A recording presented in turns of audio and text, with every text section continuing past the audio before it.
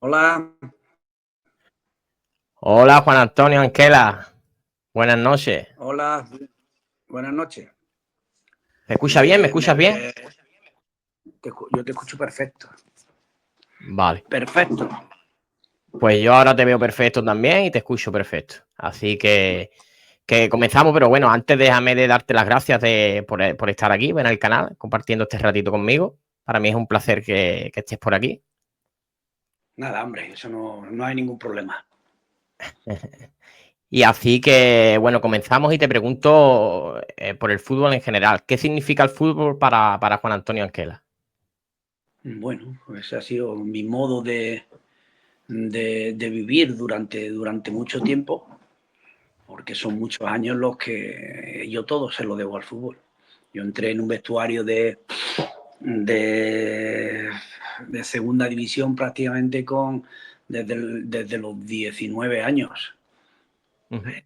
En el Jaén y luego estuve en diversas etapas por ahí fuera y luego ya empecé a jugar asiduamente, pero, pero toda mi vida ha sido fútbol y no sé, son muchos años y mi vida no la concibo sin Uh -huh.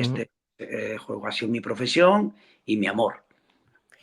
Y en la etapa de, digamos, de entrenador, sus comienzos fueron en el Jaén, ¿no? En su casa, como segundo entrenador, creo. Sí, yo tuve mucho tiempo como segundo entrenador, estuve con el mejor entrenador del mundo, que era Tolo Plaza, en paz descanse, un Uh -huh. entrenador increíble, eh, jugábamos liguilla siempre y luego subir no subíamos, pero vamos, eso era todos los días aprender y con un grupo que teníamos de futbolistas inmensos y no sé, llegamos a jugar, yo con el Jaén he jugado 6 liguillas de ascenso. Uh -huh. Tremendo. Y bueno, ahora mismo está sin equipo. ¿Está esperando a que le llegue alguna propuesta o prefiere ya comenzar con un equipo al comienzo de la temporada para prepararlo bien? No tengo ninguna esperanza de entrenar a nadie y tampoco me preocupa mucho, ya te digo, mira, uno tiene que saber cuáles son las facetas o su fase en esta vida y ahora toca esta y se ha acabado. Esto no hay que darle más vuelta al tema. Yo estoy preparado, tengo todas las ganas del mundo, pero que no es una cosa que me quite el sueño, porque ya te puedo decir que son muchos los años que yo llevo fuera de casa solo y Claro. es muy complicado esa forma de vida. Y ahora tengo otra, bueno, pero el fútbol siempre estará dentro de mí y es inevitable que lo eches en falta. Pero ¿tiene ganas de que le llegue alguna propuesta o ahora mismo prefiere seguir descansando, por así decirlo? No descansar, no descanso nunca. El fútbol no te... Siempre está. El fútbol nunca se deja, ¿verdad? Nah, nunca se deja. Esto es como los toreros, que dicen se retira y no se retiran nunca. Esto es igual, la profesión de entrenador es así. Y lo único que hay que estar es tranquilo y vivir la vida que ahora nos ha tocado. Yo no tengo en ese aspecto ningún problema. Claro. ¿Y recuerdas el momento en el que decides ser entrenador? Sí, sí, lo recuerdo perfectamente. En el Jaén, una etapa que ya empezaron cosas raras, que ya Ujú. el equipo perdió su filosofía y su idiosincrasia que tenía, que éramos un equipo siempre, como si dijésemos, una familia, que lo éramos. Y bueno, yo ya dije, mira, yo no quería sacarme, estaba pues siempre en mi sitio ayudando al entrenador y yo no quería ser entrenador, pero ya hubo un momento en que ya dije, mira, esto ya hay que tomar una decisión. La decisión fue sacarme el título, el que me faltaba, lo saqué y nada, y al rato ya estaba entrenando. Y una vez que pasa a los banquillos como entrenador del primer equipo, digamos, no como segundo entrenador, ¿se disfruta siendo entrenador de fútbol cuando estás trabajando o no? ¿O no es lo mismo? No, es bastante más complicado. Pero vamos, es que eso es la palabra segundo entrenador. Nosotros que trabajamos, Nosotros es que éramos un equipo y cada uno tenía su parcela. Evidentemente había un jefe que era respetado, amado y querido por todo el mundo, pero allí trabajábamos todos hacia el mismo sitio y cada uno tenía nuestro cometido, y eso lo hemos llevado a rajatabla durante mucho tiempo. Y para un entrenador, ¿qué es más complicado? ¿Sacar un 11 sabiendo que habrá futbolistas que se queden sin jugar un minuto? ¿O vivir con la presión del entrenador? Cuando los resultados no acompañan, claro. Bueno, la presión del entrenador está siempre, está en el día a día. Yo iba a entrenar y cuando iba a entrenar, a ver qué me encuentro hoy, a ver qué pasa hoy, a ver qué problemas tenemos. Eso no, eso va con el sueldo, y lo de hacer alineaciones es lo mismo. Lo único que hay que ser bueno, pero más importante es ser justo. Y yo he tratado, toda mi vida he tratado de seguir así. Unas veces se consigue y otras veces no. Pero es muy complicado tener contentos a todos en un vestuario, me imagino que sí, ¿no? Porque al final, ¿no? Imposible. Claro, claro. Imposible. Al final tienes que poner a 11 futbolistas. Tienes que tomar decisiones, y las decisiones siempre son dolorosas, pero tú tienes que hacer lo que creas que es mejor para el equipo y nada más. Pero ya te vuelvo a repetir, las decisiones son muy dolorosas. Hay algunos bueno, que ven que no tienen continuidad o que no van a jugar y se dejan, pero hay otros pobres que no paran de correr y de trabajar, y de eso sí te da lástima. Te da Claro. lástima, pero no puedes. Es que no puedes. Yo lo único que le decía, lo llamaba y le decía: mira, estás trabajando de cine, pero hay aquí uno, que soy yo, que no te pone. Así que piensa lo que quieras, pero si sigues así, si entras, pues te quedarás porque el trabajo es la llave para abrir todas las puertas. Claro. ¿Y un entrenador a veces siente que es injusto con algunos futbolistas o normalmente juega el que lo merece? No, Siempre. a veces siente que es injusto, y son decisiones que tienes que tomar y que te tiras toda la semana. A mí eso era lo que más me preocupaba. Me quitaba el sueño, pero luego tenía que decir, cuando yo ya escribía la alineación el sábado o el viernes, o ya decía: este es el equipo que va a jugar, y ya hacía mis papeles y lo pasaba todo a limpio, ya se acababa todo. Ya se acababa todos los remordimientos y se acababa todo porque ya había que estar en lo que había que estar. Claro, una vez que das la alineación, ¿la solías dar el día antes o...? Mira, eso yo iba cambiando. Iba cambiando. Unas veces los daba, si jugábamos el domingo, la daba el sábado. Cuando acababa el último entrenamiento, me ponía allí, los ponía en un círculo, le decía: mira, mañana salimos con esto, y ya está. Ya se acababan las malas caras y se acababan la historia. Y otras veces, pues la guardaba hasta el final. Pero te puedo decir que cuando yo escribía, yo me ponía en mi ordenador, me ponía pin, decía: vamos a salir con este. Ya dormía totalmente A tranquilo. gusto. Sí, sí. Hasta que no hacía eso, no podía dormir. Y una vez que haces la alineación, claro, ya centrarte en el partido, pensar, Ya, claro, ya no hay vuelta de hoja, ya no miro para atrás, no miraba, y solo ya pensar los problemas que vamos a tener o los que pueden venir, nada más. claro.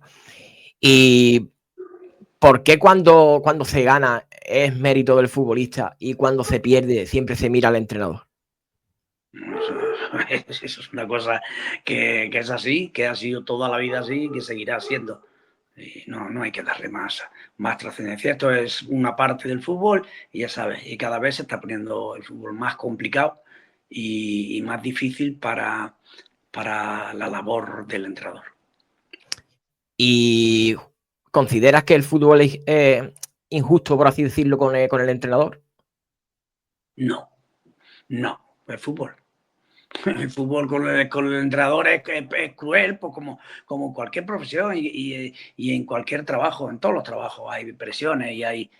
No, el fútbol es como es y no hay que darle más vueltas. Lo que pasa es que ahora en estos últimos años ha pegado un cambio muy brusco, y a veces no llega a entender cosas que hay que entender sin más remedio. pero en general, ¿consideras que se tiene poca paciencia normalmente con el entrenador por parte de la directiva?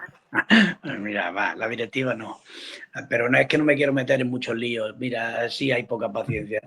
Y siempre paga los platos él mismo. En algunos equipos echan a 3 entrenadores hasta que ya le empiezan a mover la silla a otra persona. ¿Entiendes? Cuando ya empiezan a meterse con el presidente, ya el que sale ya no es el entrenador, porque el entrenador ya han echado a 3, ¿sabes? Eso es como todo.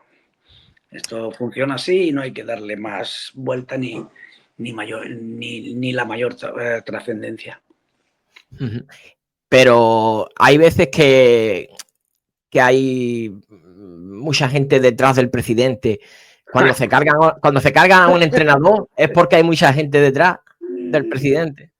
Sí, claro que hay mucha gente detrás y muchos que quieren salvar su trabajo, su responsabilidad y se escudan pues en el entrenador. Pero esto ya, como es normal, pues hay que adaptarse a ello y no hay que darle más hay que convivir con eso, ¿no? Sí, Hay mucha cosa detrás del fútbol que no se ve, ¿verdad? Claro, ha cambiado mucho y hay que adaptarse.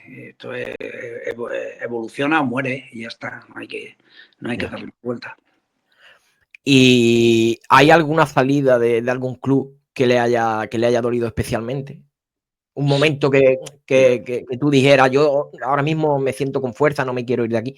Aunque me imagino con fuerza, un entrenador se siente siempre, ¿no? Todos los días que va a entrenar, yo voy a entrenar, voy con la misma ilusión, el primer día que el último. Eso lo he llevado a gala siempre, pero sí he tenido donde más me dolió fue en mi casa que es Alcorcón, que tuve 2 años. El primero se salvó el equipo. Cuando nosotros llegamos, el equipo estaba el último y se salvó en la última jornada ante el Español. Le ganamos 1-0 al Español y nos salvamos. Bueno, pues todo el mundo contento. Yo sabía que me tenía que ir, pero el corazón, la cabeza me decía, de aquí te tienes que ir, porque yo no veía la confianza y la seguridad que yo había tenido en ese club en anteriores etapas. Y bueno, renovamos, todo el mundo contento, casi todo el mundo, pero yo sabía que no era lo mismo y duré 8 partidos. Eso es una aberración, porque ese equipo no bajaba, ya te lo digo yo, porque el equipo era bueno y bajó del tirón, bajó. Yeah. Y bueno, ahora te iba a preguntar justo por la agrupación deportiva Alcorcón, porque justo te iba a hacer esa pregunta, si era en el club donde más había disfrutado como entrenador. Sí, no tenga la menor duda. Allí disfruté y allí es que yo me tiré 5 años, y luego volví, o 4 años, y luego volví en la segunda etapa, que estuvimos los 4 o 5 meses finales, o 5 meses finales, y luego en el siguiente año ya fue una pena, pero es que eso había cambiado mucho.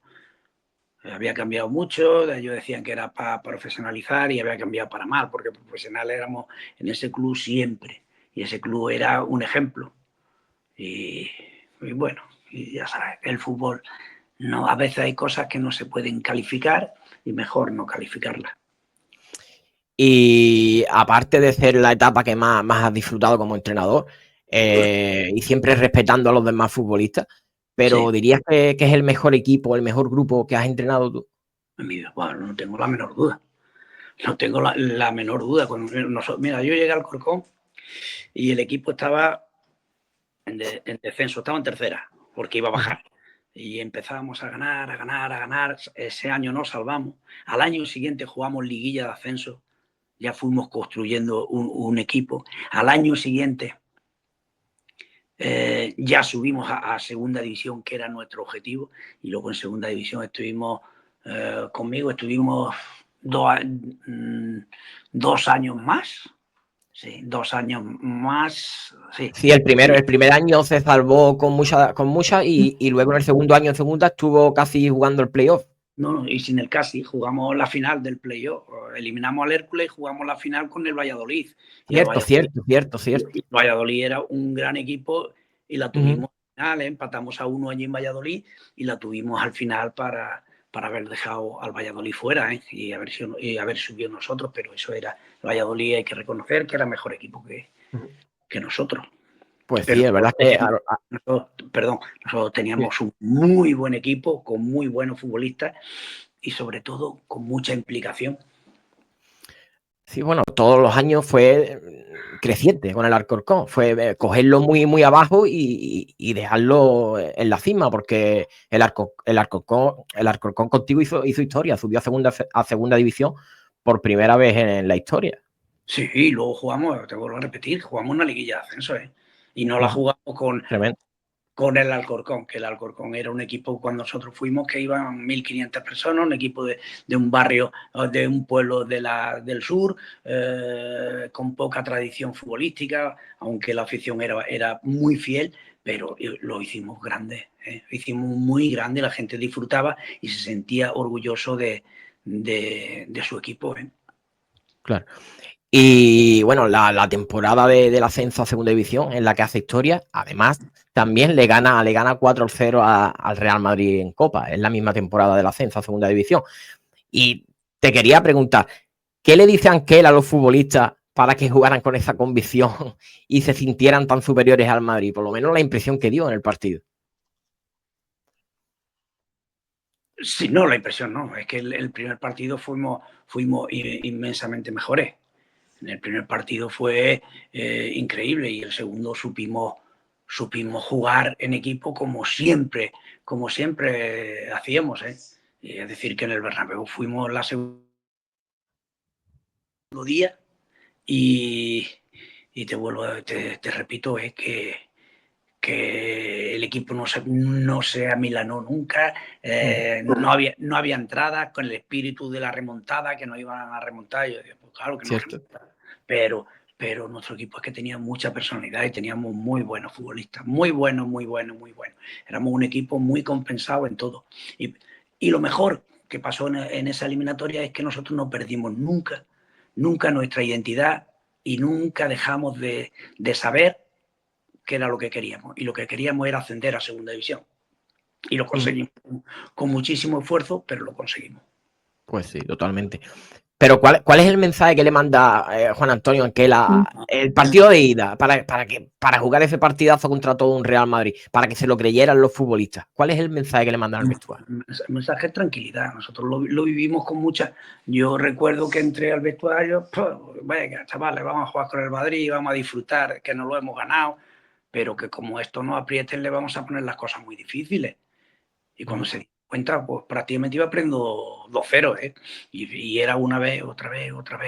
La gente, lo que pasa que ya la gente no se acuerda, pero ese partido es para verlo. Y si lo ves, dicen, aquí quién es el equipo Sí, fue un repaso del Alcorcón, fue un repaso. No, que pudimos meter bastantes más goles, pero ellos también. Es cierto que ellos estuvieron 3 o 4 ocasiones, pero nosotros que tuvimos 8, el partido pudo quedar 8-3 perfectamente. Pero bueno, eso es lo que es. Pero lo importante es que nunca perdimos nuestra identidad, de saber qué queríamos, que eso era que a nosotros nos había tocado la lotería de jugar contra el Madrid.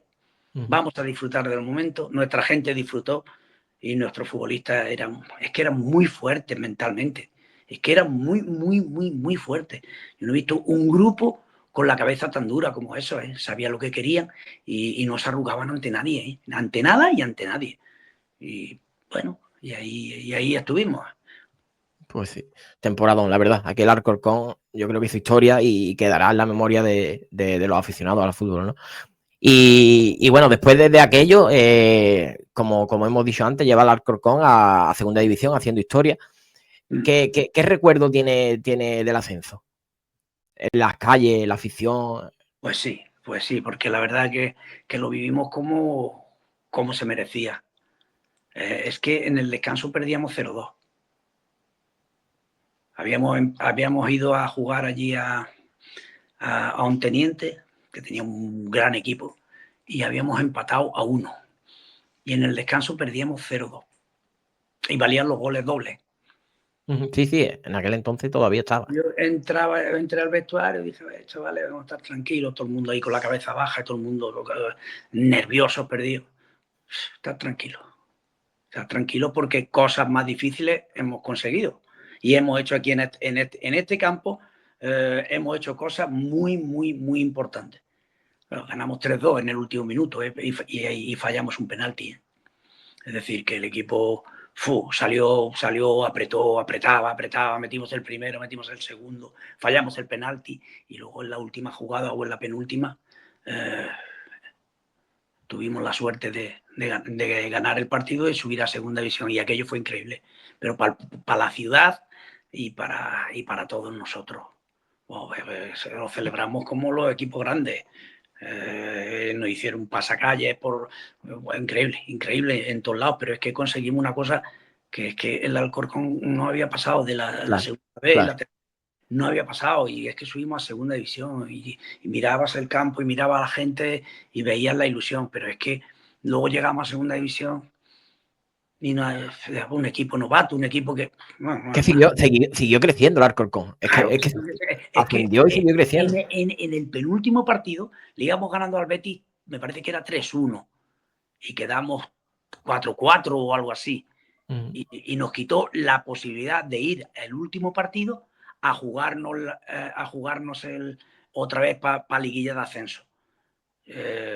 Nos empató el Betis, ya se acabó. En la última jornada ya no teníamos nada que hacer y fuimos a Valladolid y subió el Valladolid. Pero no sé, el Valladolid o no sé quién subió. Pero al año siguiente ya nos metimos ahí. Que si nos metimos ahí. No, porque vuelvo a repetir, es que el equipo es que jugaba muy bien. Que es que eso no se hace con... eso se hace con mucho fútbol, que ese equipo tenía mucho fútbol, y si tú ves a alguien que haya visto los partidos de esa temporada o de las anteriores, te dicen, este equipo era duro de pelar, pero es que encima jugaban muy bien, es que jugaban muy bien. Teníamos delanteros, teníamos bandas, los laterales iban para arriba, los centrales eran duros de pelar, el portero sabía lo que hacía, teníamos un muy, muy buen equipo y el año que subimos la plantilla, te puedo decir que éramos 18 y los sub-23, que eran 3, no, eran 4 o 5. Una plantilla corta, pero en la que tú confiabas mucho. Hombre, claro, íbamos rotando, íbamos jugando y los chavales cuando tuvieron que salir dieron el nivel, el nivel y ahí estuvimos y luego ya en segunda ya cada año íbamos creciendo. Ahí el director deportivo se movió y cada año íbamos haciendo el equipo mejor. Porque, ¿sabe qué pasa? Que nosotros teníamos un reclamo, que es un equipo en segunda división y en Madrid. Futbolistas que estaban en el Alcoyano, en el en el otro, pues se querían venir. Y venían allí y nosotros teníamos la posibilidad de fichar buenos jugadores, pero claro, para eso teníamos que conocer el mercado. Y el mercado lo conocíamos, el director deportivo y yo sabíamos lo que teníamos que hacer porque habíamos pateado toda la segunda división B del grupo de allí de Madrid, habíamos pateado de Andalucía y sabíamos dónde estaban los futbolistas. Nosotros firmamos a Babín, nosotros que venía del Lucena, nosotros firmamos a Montañés, que venía del Onteniente, firmamos a futbolistas a Kini, que Kini estaba en el Leganés y bueno, dijimos, vamos a traer un delantero centro, trajimos a Kini y metió 20 goles, tío, que eso es una cosa increíble. Pero es claro, que en esos años era muy atractivo el Alcorcón. era para verlo, ya te lo digo yo, que era verlo. Es que era verlo ese equipo. Y aparte era atractivo porque la gente que habían estado en esos equipos ya venían, bueno, la mitad de los equipos pagaban como podían y allí sabían que iban a cobrar y el trabajo era perfecto. Y estábamos en el sitio ideal, en el momento preciso. Mira, Juan Antonio, hago partícipe al chat y me dice una persona, mi primo Paco Gordo jugó en el Alcorcón del 2000 a 2005. Pregúntale si llegó a conocerle. Sí, sí.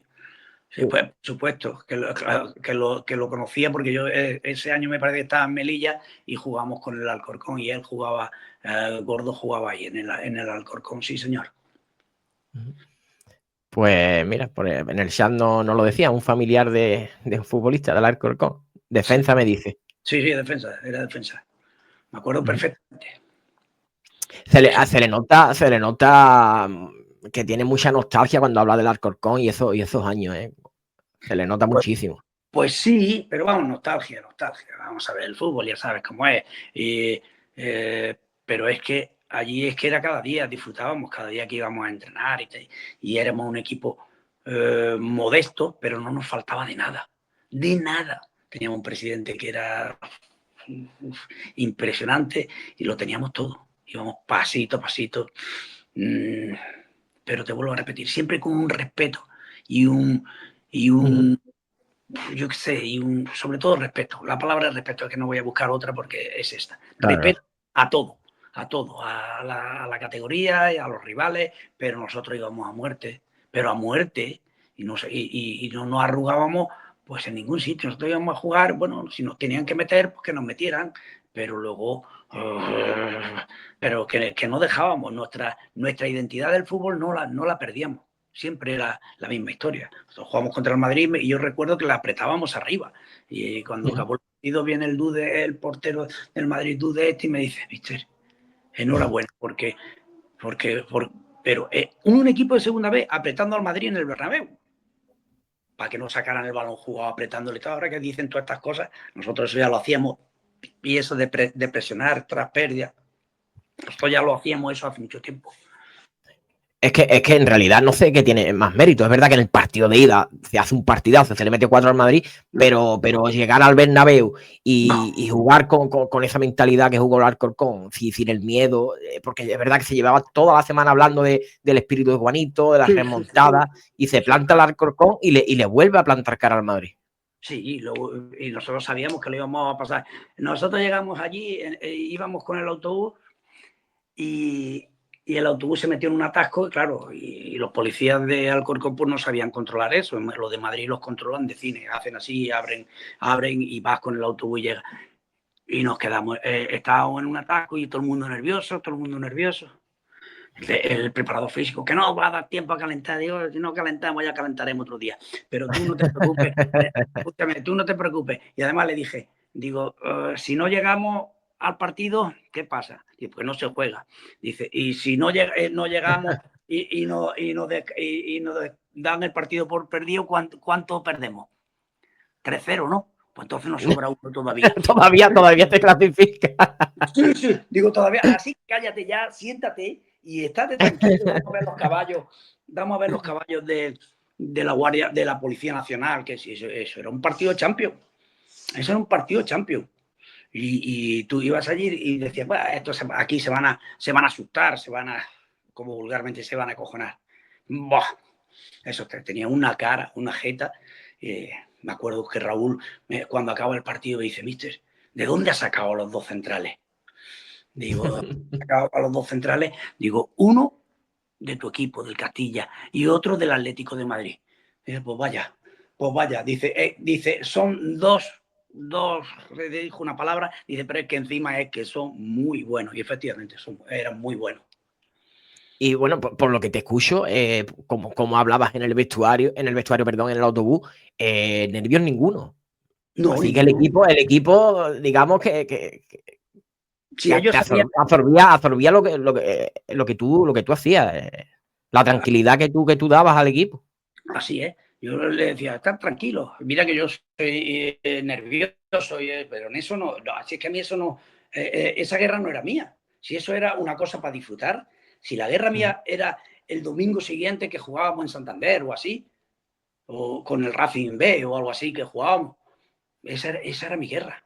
Esa era mi guerra, que el equipo no se agrandase, que el equipo, porque tú sabes que se muere bueno, un halago es de lo que no puede defenderte y un equipo se muere de eso, de tanto halago y de tanta historia. Y yo decía, aquí no nos morimos, nuestro trabajo es este, aquí es para disfrutar.